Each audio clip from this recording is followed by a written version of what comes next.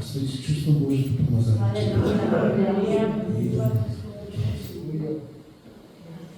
Това беше днес Божията воля.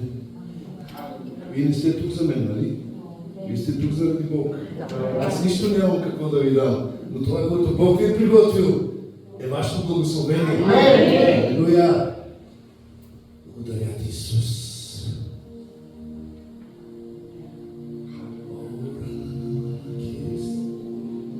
Още когато влезнах в този дом, почувствах Божието присъствие.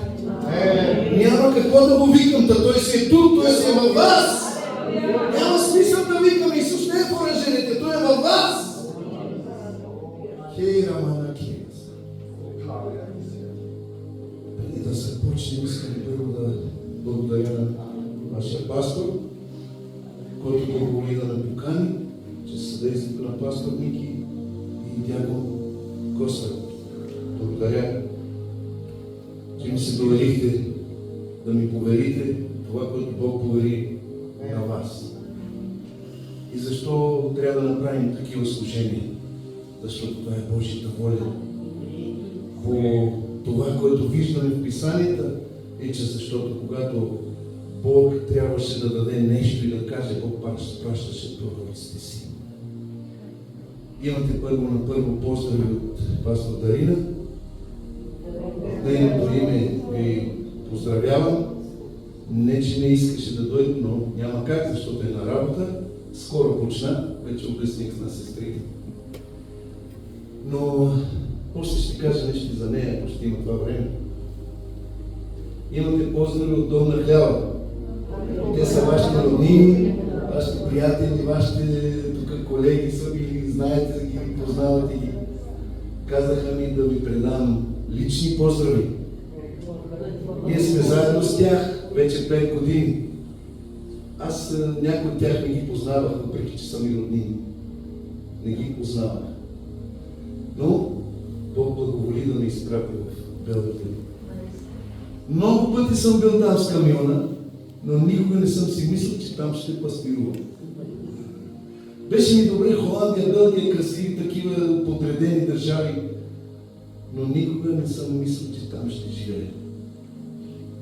И наистина Бог направи много добри неща в Белгия. Не ми беше лесно, но когато Бог помага, знаете, че ще има успех.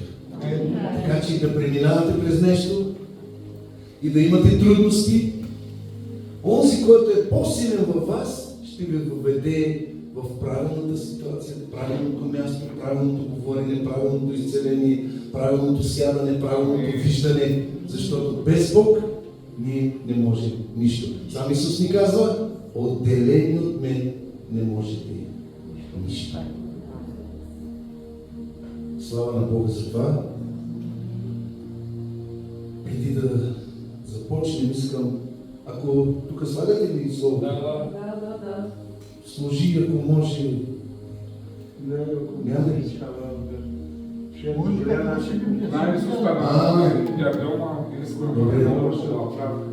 Добре. Няма проблеми, аз ще почита. 26:30 на изход. Изход 26 глава, 30 стих.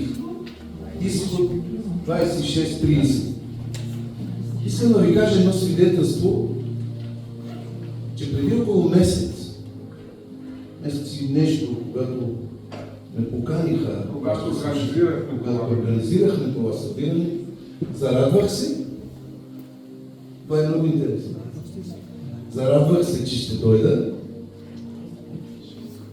но бе вземам да се подготвям, нещо да гледам, нещо да правя.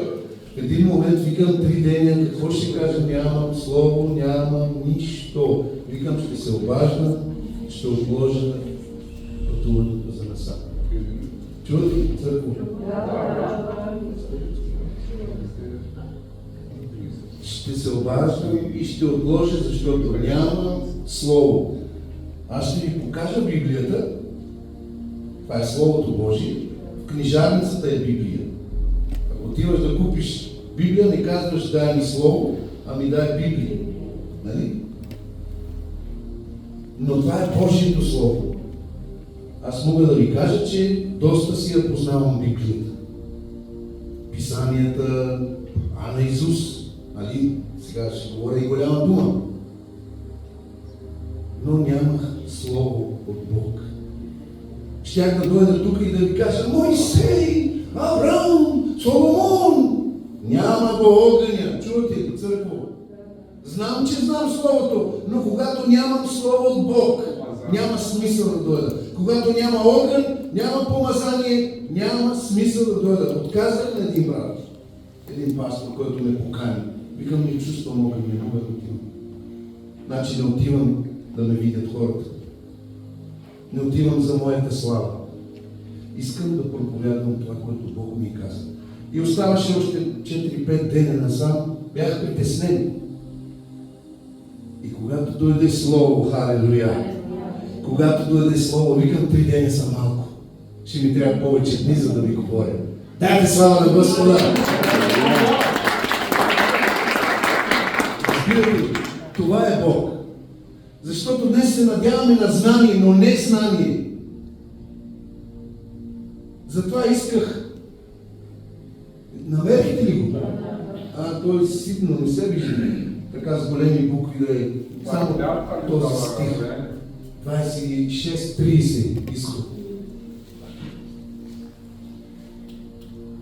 Разликата е тук, че аз няма да ви проповядвам бъдете святи, да бъдете святи, не можеш да получиш изцеление, ако не си свят. Не. Та вие сте святи, във вас не е ли Святия Дух? Тогава защо трябва да ви кажа: вие май няма да стане, докато не сте святи, докато не се покаете. Не, аз не съм дошъл тук да ви съди. Бог ми изпрати да ви кажа нещо важно. Как да служим на Бог. И тук в Изход 26 глава 30 стих Мойсей е на планината, за да получи първите 10 заповеди, първите плочи.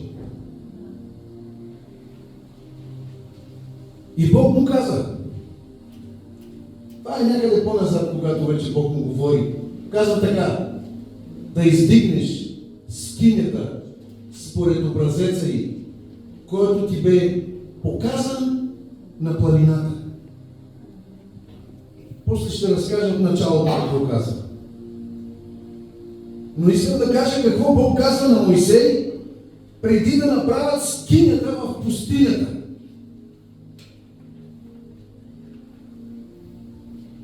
Да издигнеш скинята според образеца, който ти показах, който си видял на планината. Мойсей видя в видение това, което трябваше да направи.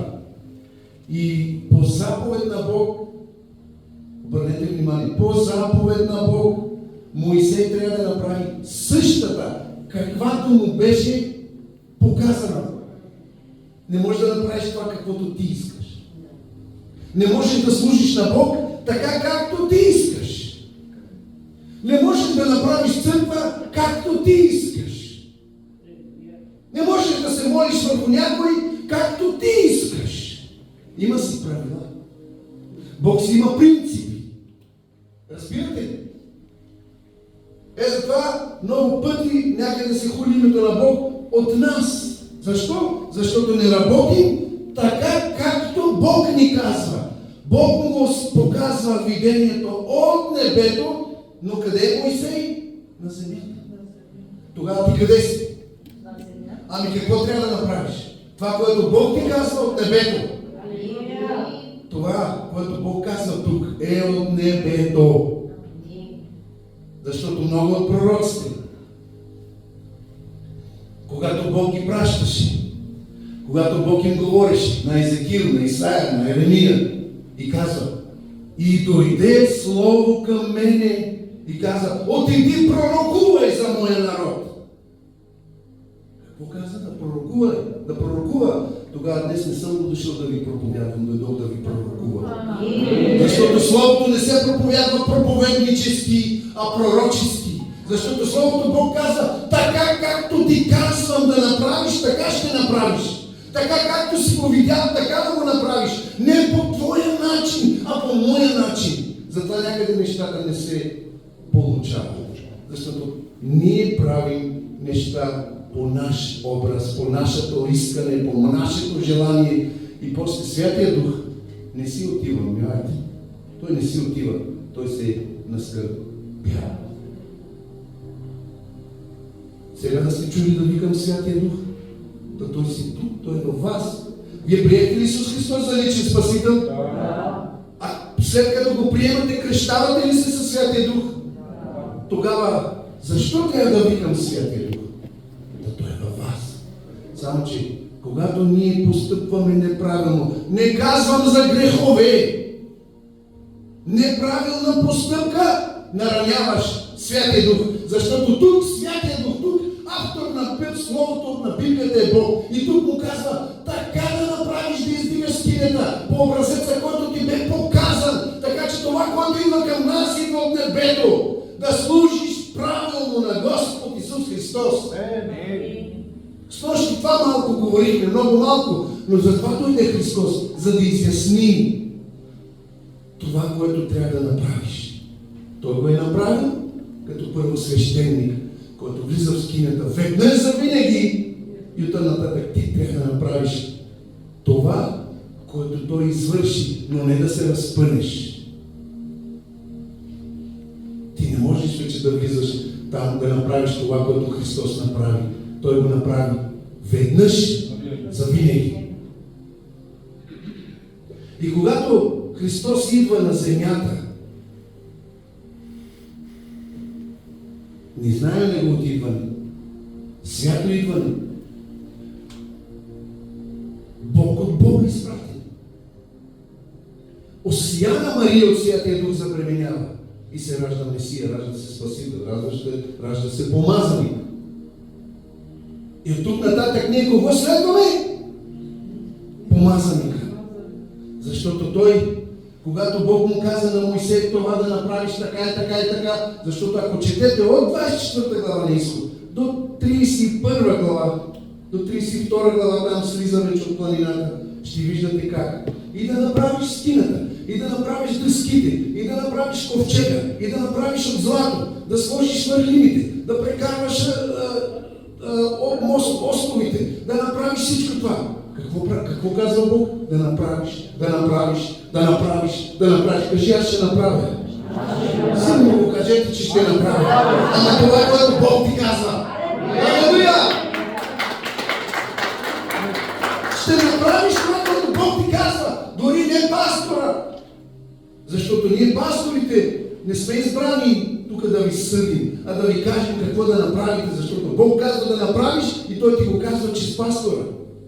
А не да слушаш пастора, като говорим пастори вредни некипени, и ние трябва да се чудим какво да правим. Защото днес много пастори привличат църквата към себе си. Разбирате? Красиви проповеди. Исус казва, аз ще бъда с вас до свършика на века. А днес пасторите казват, аз каквото ви казвам, това ще правите. Иска да заведе църквата при себе си. А знаете ли? Ето сега ще ви кажа. Когато дойдох в Белгия, аз не отидох да стана пастор, не съм знаел, че ще стана пастор. Имаше хора, като разпръснати овце, според Словото. И когато попаднах там, аз не ги познавах, но казаха, Бог ни изпрати пастор. Разбирате ли? И така беше по време на пандемията. Емо, хвалителят ми, моя хвалител, духовен син, знаете го, той ме запозна с всички. Във всяка квартира, във всяка къща ме заведе по-отделно да ме запознае с хората. И така лека по лека църквата тръгна. Онлайн, с сестрите, някои бяха болни от COVID. Те вече ми викаха пастори. Аз не виках, ама моят духовен баща, пастор Ганчо, ми каза, не те отхвърли. Те разпознаха като пастор. 3 месеца бяхме без работа. Моите синове ме поддържаха в Белгия.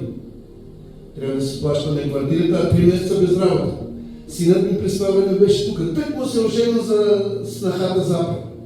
Ако си спомняте. По същото време много хора си мислят, че отидох при свата. Не, аз не отидох. От 6 месеца се каня да отивам в Белгия. И определих ноември месец, 9 януари 2020, тръгвам за Белгия. И в същия момент сина ми взима снахата и хората си помислиха, че аз отидох заради оранжерите. Не.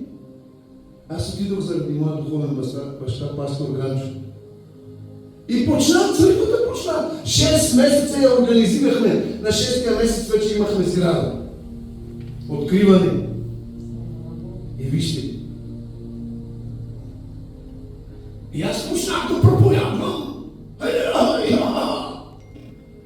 Моят духовен баща, и затова е много важно. Ние днес не познаваме духовното бащинство. Сега ще ви кажа, на живо сме. Ако в Пещера познавахме духовното бащинство, знаете ли кой трябваше да ми бъде духовен баща? Пастор Пижо, който почина. Той ме защитаваше. Той ми помагаше. Но не познавахме учението на духовното бащинство. И той ме виждаше, че аз проповядвам. Обаче нещата са карма, казваше. И ми вика така: човече, ти да не мислиш, че с проповеди ще промениш църквата. Чувате ли? Това е много важно, каквото ще ви кажа. Утре или друг ден ще проповедваме малко за Святия Дух. Ще говоря за служението в църквите. Днес в църквите има хаос. Това е учението на моя духовен баща. Той завърши училище. Не като нас слухар. Той е завършил теология. Той е завършил там библиотекарство. Библейско училище. Той ще дойде някой ден тук. И знаете ли какво ми каза? Ако ти мислиш, че с проповеди ще промениш хората, много яко се бъркаш. Чувате ли? И аз, пещерски непокорник, знаеш Словото. Той Исус, викам, не можа да ги промени, аз ще ги променя. Да слушат Слово и да се променят. Това е най-грешната проповед, която сме чули някога. Проповядвай Слово, който иска да се промени, който иска да не се промени. Това е много по-грешна проповед. Аз чувствам помазанието, въпреки че не говоря за Святия Дух. Чувствам изцелението, въпреки че не говоря за изцеление. Аз вярвам, че тази вечер гръбначни стълбове са изцелявани. Костни заболявания са изцелявани. Аз вярвам, душевни болести са изцелявани. Сърдечни болести са изцелявани. Знаете ли кога? Когато слушаме правилно, говориме правилно и постъпваме правилно. Тогава идва Божията слава. Защото Моисей направи така, скинята, както Бог му е казал, и я опънаха в пустинята, и когато тя беше готова, Божията слава дойде в Светия Свети и Моисей не можа да влезе там. Защо? Защото слезе Божията слава и край огъня завладя всичко. Моисей не можа да влезе в огъня, в присъствието на Бог, защото там беше силата и огъня. Ама защо дойде огъня? Защото се направи правилно, както Бог му е казал да направи скинята. Така ли? Ако искате да имате църква, има си правила, които трябва да изпълнявате. Не казвам, трябва да бъдете святи, за да имате църква. Не това! Има ли праведен тук? Безгрешен има ли да го поздравя? Никой. Аз съм 100%, пък ако искате да знаете. Никога не съм проповядвал тези 100%. На никой не съм ти казал. Не дай гледай да бъдеш 100%, гледай да направиш това, което Бог казва правилно. Тогава се освещаваш. И когато аз казах, аз знам Словото пещерски непокорник, знаеш Словото на Исус, голяма работа. Човече, Исус, знаеш ли какво иска от тебе? Той ми каза: да заведеш невястата, църквата, овцете при вратаря, който е истинския овчар, при истинската врата. Ама ако ти няма да можеш да ги заведеш, той накрая ще те пита: ти какво направи с моя ход народ? Какво направи с моите овце, които аз платих с кръвта си? Какво направи направи с моята невяста, която аз изкупих, и тя трябва да идва при мен не опетнена, а ти само проповеди, слово, Моисей, не знам си какво си ги управлявал ти. Къде е управлението в църквата? И днес в Дом на хляба всички ние, които сме дякони, заместници, хвалители, разпоредители, всички имат дипломи ХУЦ. Какво означава ХУЦ? Християнско лидерство, управление, църквата. Разбирате ли? Всички имаме дипломи. И мъжът, и жената. Защо? Защото за да бъдеш лидер, ти си имаш правила, които трябва да изпълняваш. Не казахме, трябва да дойдат 100% чисти, за да им даваме диплома. Но тези, които имат желание да служат. Тези, които имат желание. Знаете ли, когато... Преди да разкажа още нещо. В 18 глава на Изход Моисей се разправя с народа. Преминаха морето, победиха Амалик.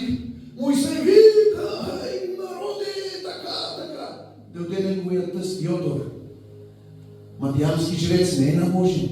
Мадиамски жрец означава друга религия. И като видя зет му Моисей, как се мъчи с 2-3 милиона сам. Знаете ли какво направи? Зетко, Джамтрея, Соки е студила сам. Слава Богу. Дайте слава на Господа.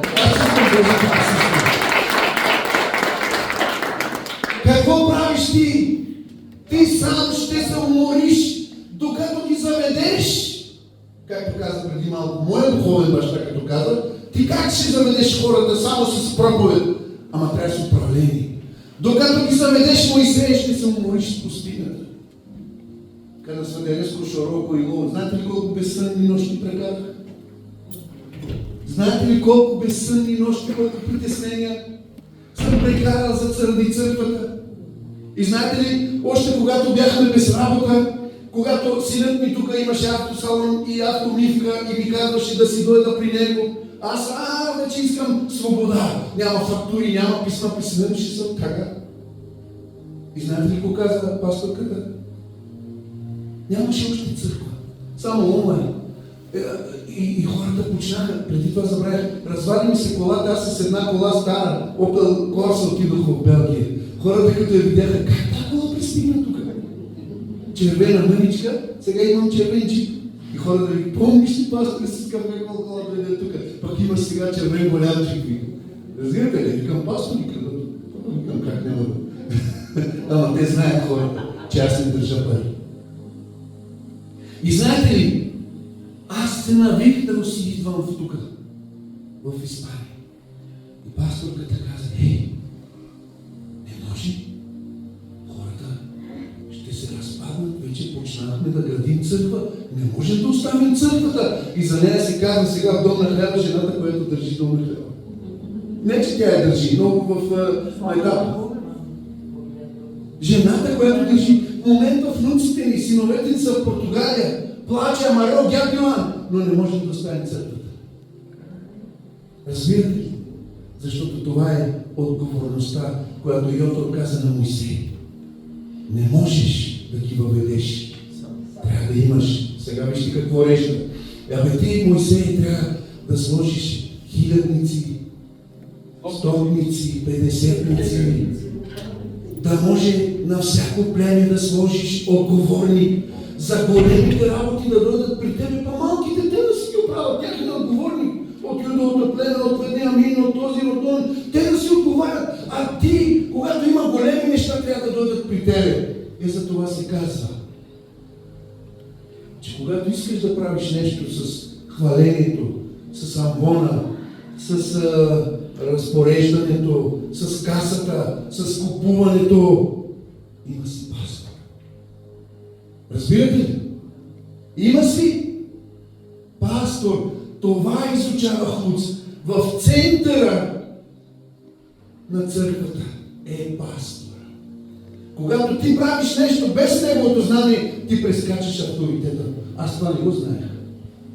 Защото моят духовен баща каза, ти мислиш с проповеди ще промениш някой. Хората ще си правят каквото искат. Трябва да имаш отговорник на хвалението, отговорник на касата, отговорник на парите. И когато се губят пари, ти къде си? Ти си чист. Ти не държиш една стотинка. Когато трябва да отивам някъде, Асене, ще ми даваш ли 100, 200, 500 евро там да купим това? От Асен си ги искам, ценно си ги прося. Обаждам му се, добре, пастори, няма проблеми. Ето това ме е научил моя духовен баща.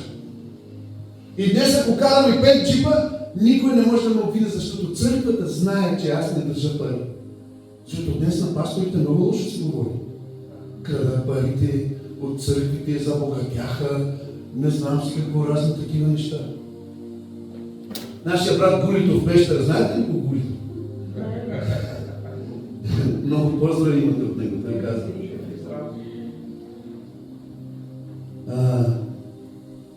Някъде в България прави нещо и майстора му казва, видите как пасторите крадат. Това е пастор вика квакола карамелика, кара раншове джип. Ето виждаш. Ама той като му разказа, вика, аз не познавам такива пастори. Разбирате ли?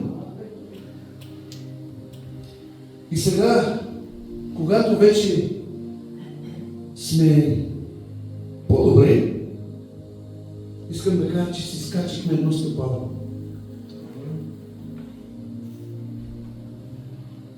Има ли време да проповядам? И това, което се научихме, всеки да постъпва правилно на служението си, на отговорността си.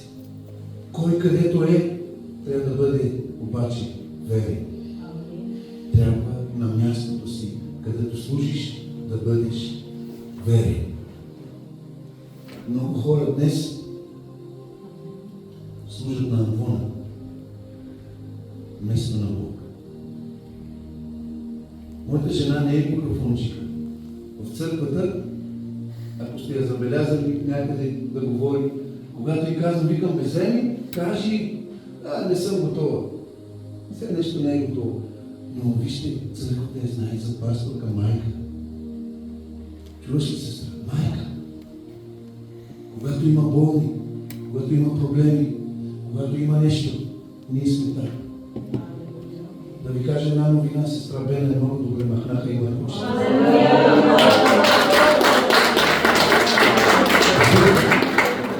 Сестра Бена постоянно сме там и хората ни търсят, ние се молим заедно.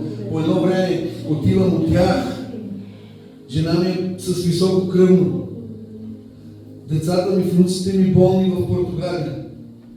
Аз оставам всичко и отивам там в болницата, отивам да видя мането, отивам да видя хората притеснени. И отивам там и казвам, Боже, това е работата на отговорника, не на пастора. Пастор означава слуга, отговорник, да служи на народа. И когато говорим за почит, откъде виждаме почита? Къде я познаваме почита? Откъде познаваме почита? Вижте, Павел казва, бързате да ставате почит. Аз много бързо ще ви го проповядам. Павел казва, бързате да ставате почит. Добре, как? Знаете ли, че понякога, когато почиташ, пастора си, брат си, по едно време той те взима вече, дило си, казва, слуга, кала си. Вижте, нивото на твоето смирение. Виждате ли кога идва почита? Сега вижте, нивото на твоето смирение. Не показвам надолу. Нивото на твоето смирение. Това отприклят ли? Бог на смирените дава благодат. Тогава как? Значи, нивото на твоето смирение те прави глава. Чувате ли? Не можеш да се смириш пак да бъдеш опашка, защото смирените получават благодатите за глава.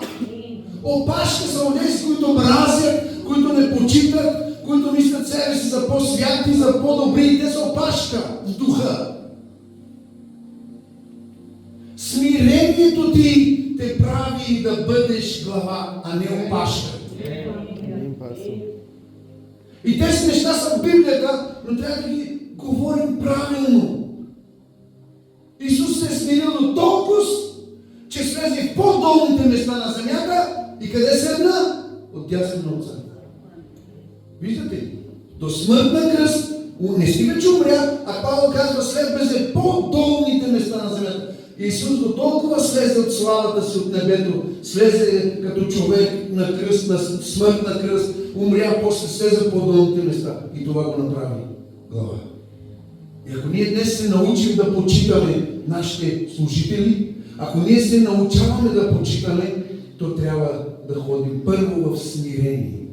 Ако почиташ от гордост, Исус им отговаряше. Те идваха при Него с много хубаво слово. Учителю! Те не му казваха Господи. Те знаеха Словото. Искаха да видят дали е добър. Разбирате ли? Исус им отговаряше и Той им казваше, вие ако познавахте Авраам, Авраамовите дела ще да извършите. Авраам беше почитан човек. Когато той отива в ханаанските земи, знаете ли как го наричат хетите? Високопоставен от Бога. Чувате ли? Така го почитаха хетите там в ханаанските земи. Високо поставен от Бога. А защо? Защото Авраам, когато излиза от бащиното си и отечество, в 12 глава на Битие излиза. В 14 глава пленяват Лот. Това става след разделението с Лот. И това някой ден ще говорим. Толкова неща има да се говорят. Разделение и така нататък. Лот не е почитал баща си. Тръгна да се кара с неговите овчари. А той го взима да го спасява, да го избежда със себе си. А той не почита баща си. Чувате ли? И се разделиха. И какво стана? След разделението, он не почита, падна в плен. Затова, когато някой идва при тебе да се покаже, да ти каже, прости ми това, не да му каже, отдел род е простито, не вече просто сърдното, това не е прощение. Авраам му е простил. И знаете ли какво направи? Отиде да го избави. Но знаете ли какво казва Словото в 14 глава на Битие? 318 мъже родени в неговия дом. Чакайте малко. В 12 глава излиза, в 14 глава се минават 5, 6, 7 години максимум. Откъде има 318 мъже родени в неговия дом? Значи той излезе с тях. Разбирате ли? За 5-6 години не може да му се раждат 318 мъже. Той излезе с тях. Авраам беше най-богатият в Библията, няма по-богат от него. 318 мъже. Те имат жени, деца, овчари, кравари, камилчи, разни 1000 души. Чувате ли? Не казвам точно 1000. 1000 души може би са били. Авраам излиза с около 1000 души. И в обетованата земя никога не може да се влиза беден. Днес това, което сте дарили, е за обетованата земя. За Божието царство. Така че там не се влиза беден. Вие сте благословени. Затова давате и ще влизате. И ще излизате. Вие мене си. Така казва той. Авраам беше почетен, но какъв беше? Пълен лидер на 1000 души. Овчари, тоячи, жени, мъже, деца. Лидер. Затова хората, когато отива в хананските земи, го почитат. Какъв е този високопоставен човек? Само, че Бог му промени името. Авраам. Високопоставен правец на множество народи. Амин. Голям отец, защото вече това е погрешно. Ние много обичаме да сме най-големите в църквите. Но това не прави Божията воля. Бог ще те промени. Бог иска винаги да промени името ти. Идентичността ти в смирение, защото твоето смирение те прави глава. Разбирате ли? И сега, откъде виждаме още почет? Откъде разбираме? Кой я показва? Кой в Библията показва почет? Ако аз само говоря от хората от Библията, вие го знаете. Тогава, ако тук е казал да направиш това, както си видял, Словото казва, бързате да се отдадете почет. Ако ти не отдаваш почет, то ти не изпълняваш това, както се казва. Разбирате ли? Схващате ли?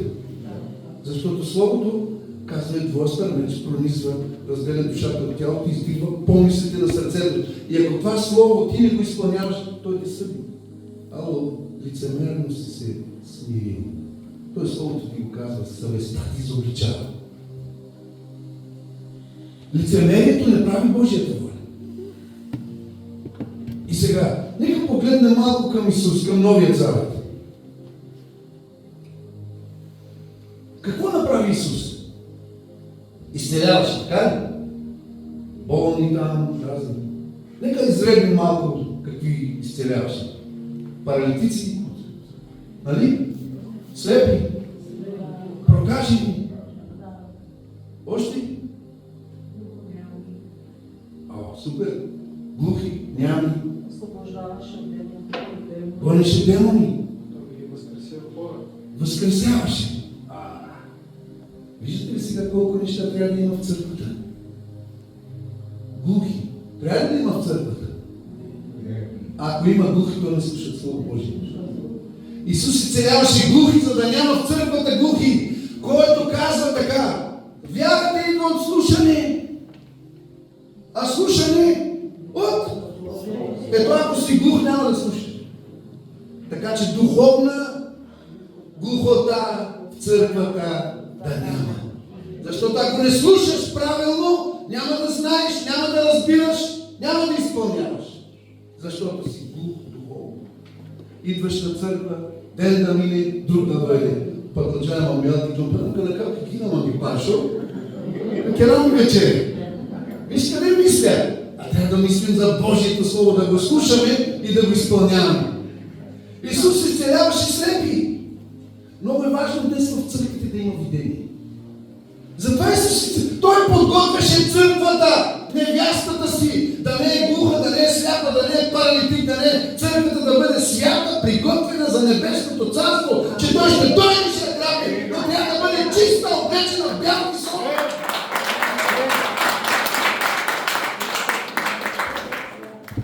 И сега, паралитика. Паралитика всеки трябва да му помогне. Не може да се качи нагоре. Ако църквата е парализирана, няма изкачване. Чувате ли? Църквата трябва да се изкачва, но е трудно, не е лесно. Не е лесно да вдигнеш постелката си и да ходиш. Трябва някой да ти изцели. За да издигаш друго ниво на служение, друго ниво на смирение, друго ниво на почет, друго ниво на проповядване. Трябва да бъдеш изцелен от паралитизма. Разбирате ли? Глухи, сляпи и паралитици. Има ли още? Прокажени. Знаете ли защо се казва? Прокажените са били най-отхвърлените хора. За тях имаше специално място. Специално място. Ако четем Левит, за тях имаше специален град. И те, когато искаха да влизат след народа, те обличаха специална дреха и ходиш с едно желязо, с една тенджера, с един барабан. Прокажен, да може хората да бягат, защото докосването до него те заразява. Значи църквата не трябва да има прокажени. Чуваш ли, пастори? Защото ще ги зарази другите. Някой, който идва от света, не мисли да слуша, не мисли за изкачване, не мисли за видения, само мисли за себе си. Чисоки на пуша заместничка, банашка каленца, заразил тут. Разбирате ли? Прокажените са отхвърлени. И ако вие не го изцелявате, той ще изцели, други ще ги измами. Разбирате ли? В църквата, която Исус изцелява, не трябва да има глухи, сляпи, паралитици. Трябва да има видения, изкачвания, благословения, изцеления, освобождения, възкресения. Са възкресени в небесни места. Но вижте, възкресението ще дойде за една възкресена църква. Той затова е възкресил мъртвите от гробовете. За да може църквата днес да бъде съвъзкресена. И той ще дойде за една жива църква. Жива. Вижте, защо казва в Римляни 12 глава. Представете телата си, жива, жертва, свята, благогодна на пастора. О, пастор, какъв алентуен, стигате агана, че... Не. Нито на църквата, на Бога. Ако сте жертва, жива, свята, благогодна на Бога, то ще бъде за такава църква. Такава жертва, която е свята. И сега вижте, има ли време още? Да. Благодаря, Господи. Време да искаш. Примера на Моисей, който е на земята и вижда видението. Обаче, той всичко си работи, човека. Всичко си работи. Обаче сестра му и брат му, Мариям и Арон, му кава менца като без. Само не са горбил от дела, менца ни горбил. Това също е грех. Разбирате ли? Това също е грех. Това парализира църквата. Ако имаш нещо, има си служители, които имат видение. Ако нямаш видение и ако не разпознаваш пастора си, влез, говори с него. Не дай говори зад гърба му. Разбирате ли? Имате си пастор, имате си служители. Вие трябва, ако вие не сте... Аз знаете ли какво казвам в църквата? Вижте, ако не сте доволни от мен, събирате си и ме махате. Аз тук не съм оръжие за масово убийство. Много пъти го казах в църквата, ама никой не се чул да каже така, както аз казвам. Защото аз не съм прегърнал от Бога. Аз искам да служа на Бога. И да кажа на църквата, че Бог обича църквата и църквата трябва да служи на Бога. Не можеш само да чакаш. Това е най-неправилната проповед, като казва: почивам на делото на кръста, благодат. Трябва да служиш, човече. Трябва да обичаш. Трябва да прощаваш. И вижте, трябва да се смиряваш. Това прави Божията слава. Вижте, Моисей е нападнат от близки, от брат и сестра. И отдал меното дженелата тук. Числа 12 глава, ако може тук да се сложи. 7, 8 и 9 стих на къде. И Моисей отдал пенелните Арон и Мария, елате тук. Вие тарикатите. Да видим дали не говоря с вас. Значи, какво правим? Бог говори с тях. Много хора си казват, че Бог с грешни не говори. Абсолютно не е вярно. Бог ще говори с грешни, ама няма да му каже: тагар съм, покай се. Чувате ли?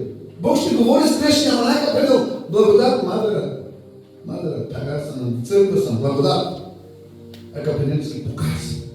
И Бог извика двамата и пенели ни гадал. Ще го чета аз.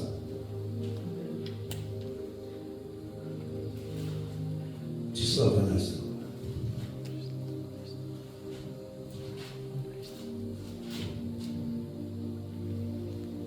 Шести. И вижте какво Бог казва на тези, които тръгнаха да съдят Божия пророк. Намерим ли го? Да. И рече, тук лично Бог говори. Виждате ли каква днес трябва да бъде църквата? Не казвам, Бог не говори на грешна църква. Ако вие сте грешни, Бог не е тук. Това е най-лошата проповед, която днес се проповядва в църквите. И рече Господ: слушайте сега думите ми.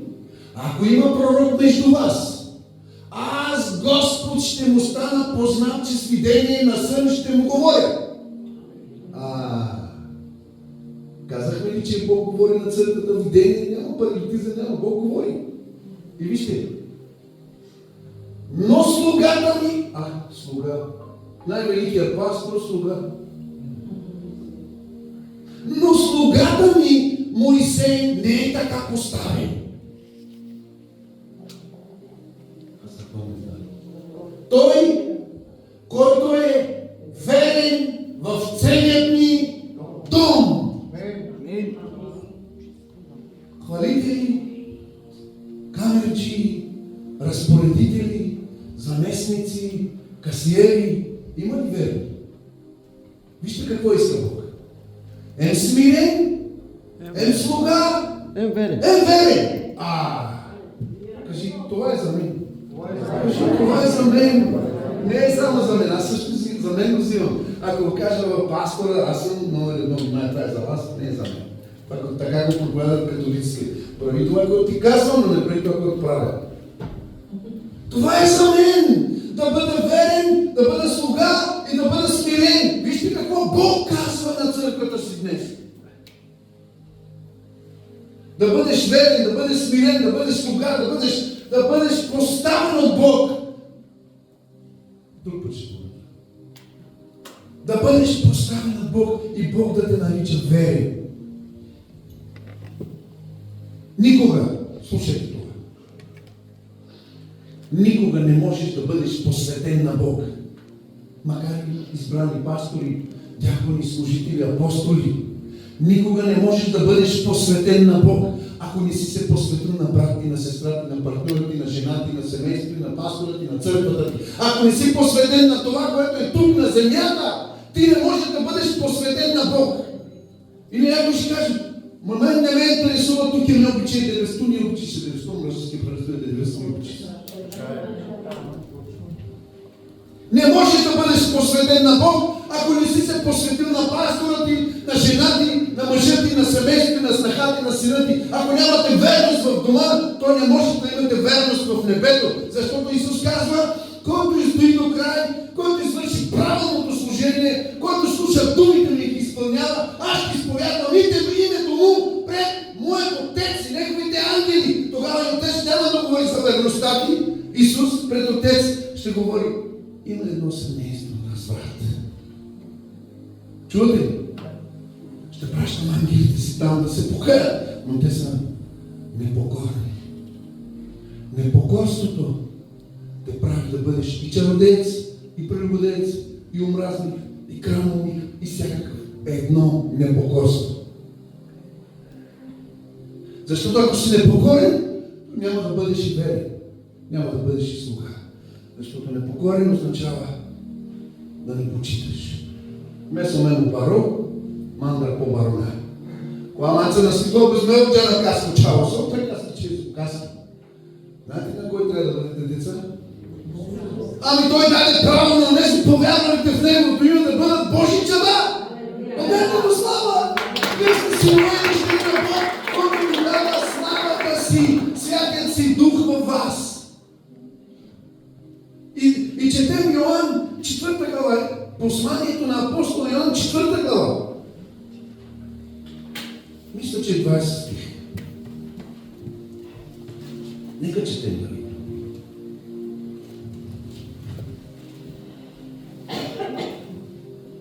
От 19 стих ще четем. Апостол Йоан е бил личен ученик, бив пряк ученик на Исус. Знаете ли който е? Който гледа Откровението. Същия Йоан, преди да говори за последните времена, преди да говори за голямата скръб, преди да говори за грабването, преди да говори за това, което има да стане на земята, тръгнал да пише и Евангелие. И в Евангелието казва, когато Исус възкръсва, приемете моя мир. Нали? Ако ти има мир в тебе, то ти си примирен с Бога. Ако има мир в тебе и обичаш брат и се смиряваш, то Божият мир е в тебе. И после Йоан пише едно послание. И в посланието си той казва така. Ние, 19 стих, ние любим Него, защото Бог първо възлюби нас. Това е прекрасно. Това е супер Бог да те възлюби. Обаче, ако каже някой, любя Бога, а мрази брат си, той е лъжец. Чувате ли? Защото който не люби брата си, когото е видял, не може да люби Бога, когото не е видял. Тогава, ако не любиш брата, ти не си се посветил на Бога. Така ли?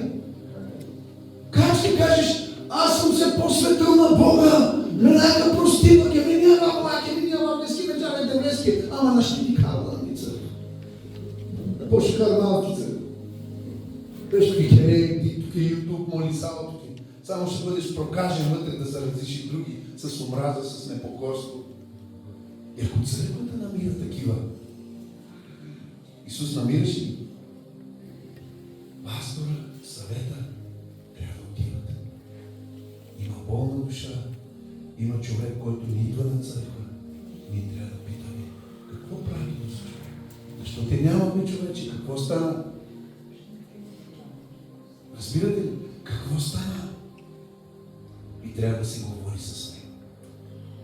С това семейство. За да ги доведе. За да дойдат на църква. Да се променят. Защото ние сме призвани да имаме нова идентичност. И ако само искам за мен нова идентичност, а за другия не, то това означава, че съм егоист. За да бъдеш верен, смирен, праведен слуга, то трябва да бъдеш и верен за други. Да предаваш това и за други. И сега знам, че сте уморени. Благодаря на Бог за вас, който днес решихте да идвате. И това, което искам да говоря, църква, е да се научи как да постъпваме правилно. Не говоря за грехове, не говоря за покаяние. Вие сте си изцелени. Като много от тези обикалячи на Европа, от България обикалят Рембой, куфари, парес по 20 000 евро, отиват си в България, дават 5 тенджури ядени и готово. Обаче обременяват църквите в Европа. Само когато те гледат европейска църква, те не гледат църква, те гледат пари. И ние трябва да разберем правилно. Моисей, когато беше повикан, с това ще завърша, на планината, в 24 глава на Изход, Бог трябва да му дава видение. Бог трябва да му дава как да направи скинята. Бог трябва да му покаже как да изреди всичко. С други думи, как се прави църква в днешно време. Знаете ли първо какво е казал Бог?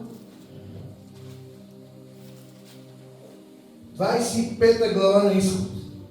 Първото нещо, преди да му дава видението, преди да му казва как да направи скинята, преди да му дава 10 заповеди, чуйте. Знаете ли какво му каза Бог? Слушай, отиди при моя народ и поискай злато, сребро, кожи, диаманти, кой каквото има. Приноси! Защото това, което ще направиш, се нуждае от мъни.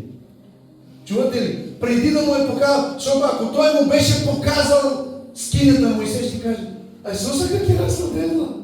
Чувате ли? Той Бог знае какво ще кажем. Затова, когато ние нещо казваме, той знае думата, която преди още да излезе от това. Затова Бог прави точно обратното. Събери ми това, което е нужно, защото това, което ще правиш, там ще дойде славата ни. Но първо трябва да сеем.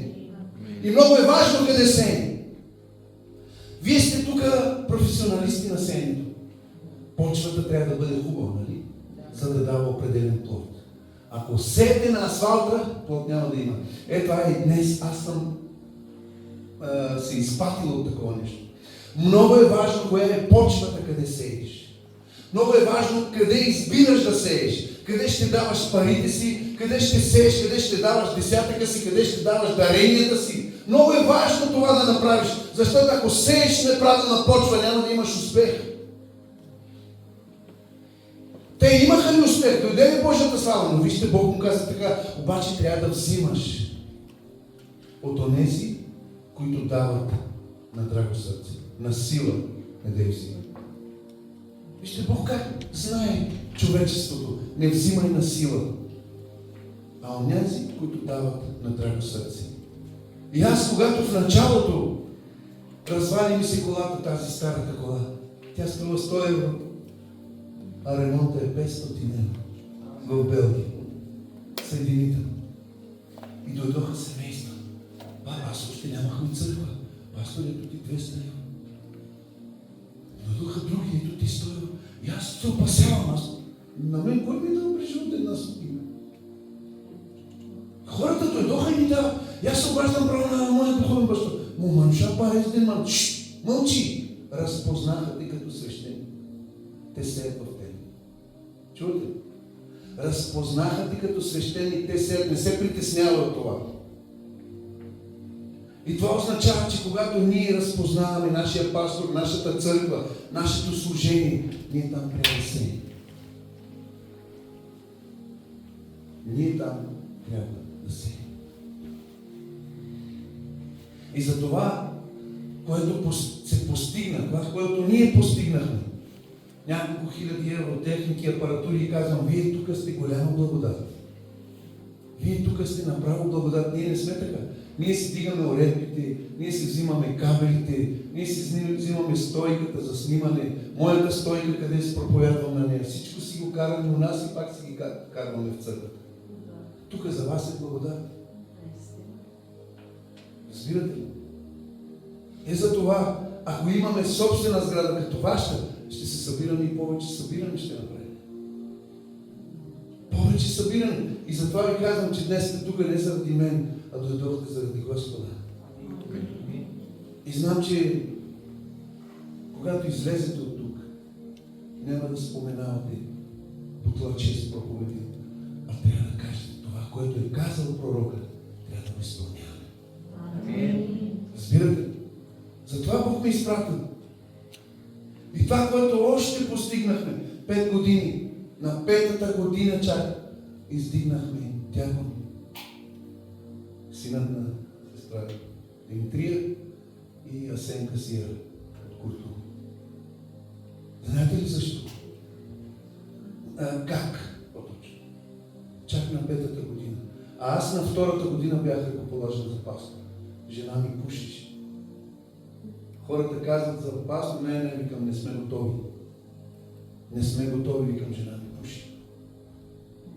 Хората бъдат качка към кели, не, викам, не може. Много проблеми. Много войни. Колко пъти съм се отказал? Колко пъти съм се оттеглял? Веднъж внучката ми щеше да пострада. Малката Рая, призначка. Имахме батука, такава, къде скачат децата.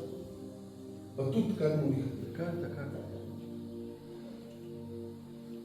Трябваше да отивам на домашна молитва. Не съм отишъл. Хората ме чакат. Аз обаждам на моя духовен баща, викам, свърши. Жена ми се с децата, аз се сам, викам, аз пезеленцата, аз се сам да се движа, викам. Жена ми не сме, семейство, деца, все съм сам. Тя не дойде с мен. Аз не ставам за пастор. Той ми казва, ти си ти, той Бог тебе избра, не жена. До гроб си, вика тук. Викам, края утре идваш, ще ставаме пред цялата църква и заявявам, че аз си отивам. Оттеглям се да бъда пастор. Сина ми се обажда, не така, как така сега, аз ставам виновен. Неделя не отивам на църква. Пастора отива. Ти, вика, няма да идваш. А как ще отивам? Той знае, че съм понякога емоционален. Пред цялата църква ще обявя, че се оттеглям. Той отиде и каза, ще дойде у вас. И аз вече се стъмни, запалих скарата и приготвям вечеря. През това време един нож служих без да се съобразявам на батуката, къде скача. И внучката ми, бум, скача, взима ножа със себе си. И скача заедно с ножа. И ножа скача с нея, и тя скача. Ножа не беше голям, беше точно къс и остър. Представете си, като се забие този нож в нея, какво става. И тя скача. По едно време аз търся ножа. Аз там на другото място, на стълбите, тук, търся ножа и го няма. И по едно време се срещам. Направо скок. Взех ножа от момичета. тя скачаше заедно с него, но абсолютно не е пострадала. Защото много пъти ние искаме да правим това, което ние искаме. И Бог ме предупреди. Видях го с очите си.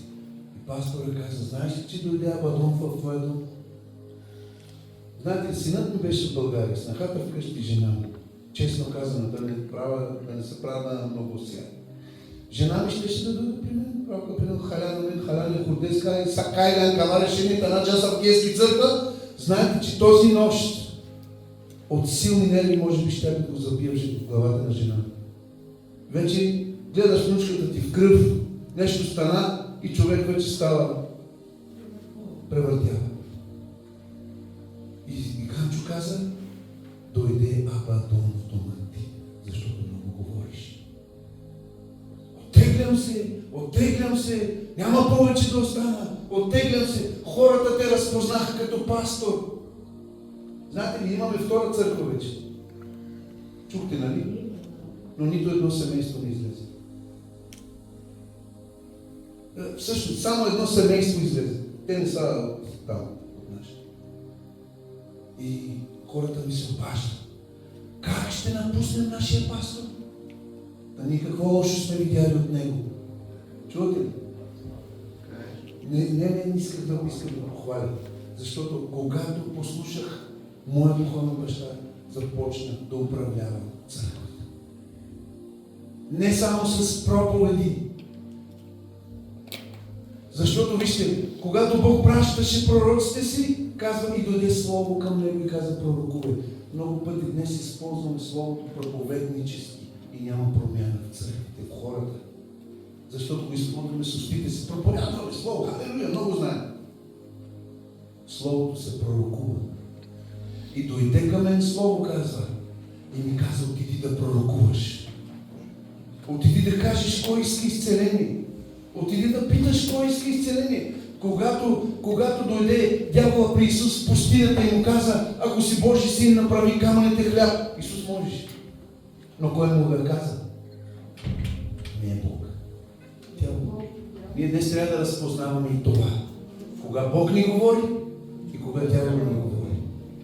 Исус му каза, писано е. Значи, той използваше пророческо слово. А ние днес не използваме пророческо слово. Затова няма промяна. И това, което искам тези 3 дни с вас, аз не съм човекът, който да ви променя. Искам да познаваме какво Бог ни казва, как да постъпим.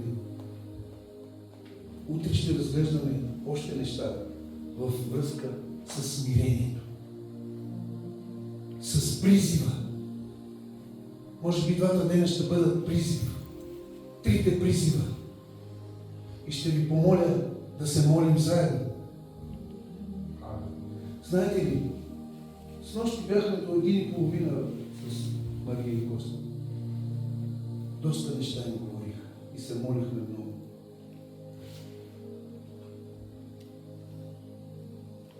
Трябва да използваме молитвата си правилно. Дори молитвата. Ние когато кажем, благодаря ти Господи за този ден, благодаря ти за хляба, за водата, да, окей, няма проблем.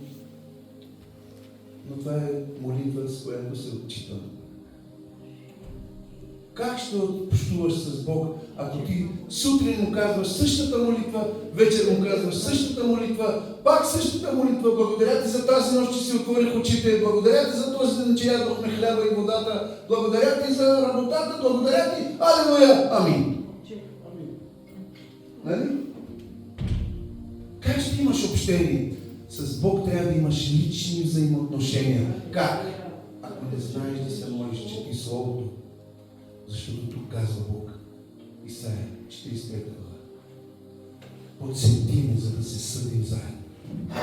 Представи делото си, за да се оправдаеш. И ти трябва да седнеш в молитва и да му кажеш, Господи, ти каза да ти припомням това, което си ми казал тук. Ти каза да искам. Ето аз сега искам моето изцеление.